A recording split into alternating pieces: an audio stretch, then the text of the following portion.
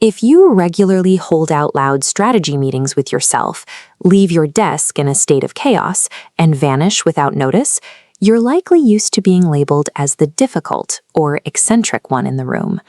Friends and colleagues often suggest you should just relax. They offer advice on how to clean up, stop overthinking, and act more like others. This creates a quiet internal tension. You start to worry that you might be inherently disorganized, feel uncomfortably anxious, or just plain broken. Cognitive science suggests otherwise. These habits are symptoms of a different neurological setup. This diagram compares a standard, linear processing path on the left with a highly complex network on the right. These behaviors are not bugs in your software. They are indicators of an operating system that prioritizes raw processing speed over social norms. This brain processes data at an accelerated rate compared to the average baseline. From the outside, your pauses and hesitations look like simple anxiety. In reality, your brain is running constant logic simulations. As shown here, it is projecting hundreds of branching paths to identify subtle details and secure the best outcome before you ever speak. When thoughts race this quickly, the brain requires a physical outlet to keep the data organized.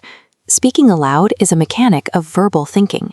It funnels the chaotic, high-speed simulations into a single structured timeline, preventing the system from becoming overwhelmed by its own speed.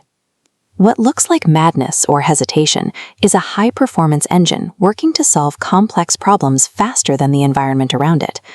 To maintain this speed, the brain demands high-density fuel. You might spend a week mastering the basics of history, only to drop it entirely for computer programming the next. This is a hyper-learning cycle.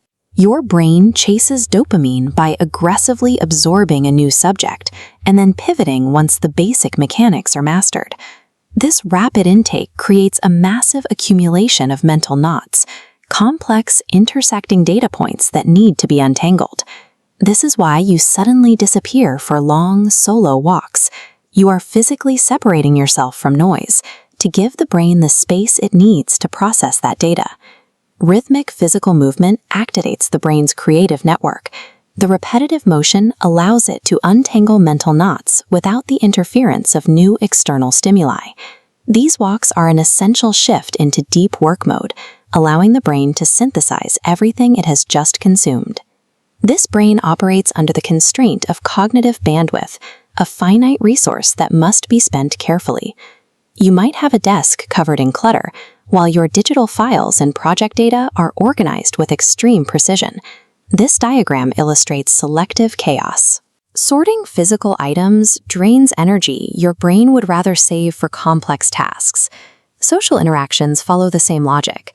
Low-density input, like small talk, drops that meter to zero as the brain sees no useful data. Because your mind craves density and depth, it stays silent during boring topics to hoard its power for conversations that actually matter. Disregarding physical mess or skipping social pleasantries is an automated efficiency. Your brain is protecting its bandwidth for the core mission. The messy desk, the verbal thinking, and the solitary walks are all features of a finely tuned machine. That internal friction you feel with the world is the result of running an advanced operating system on standard hardware. This way of thinking isn't broken. It's fortgeschritten, advanced. Stop apologizing for how your brain manages its resources. Your neurodivergent efficiencies are there to be used, not hidden.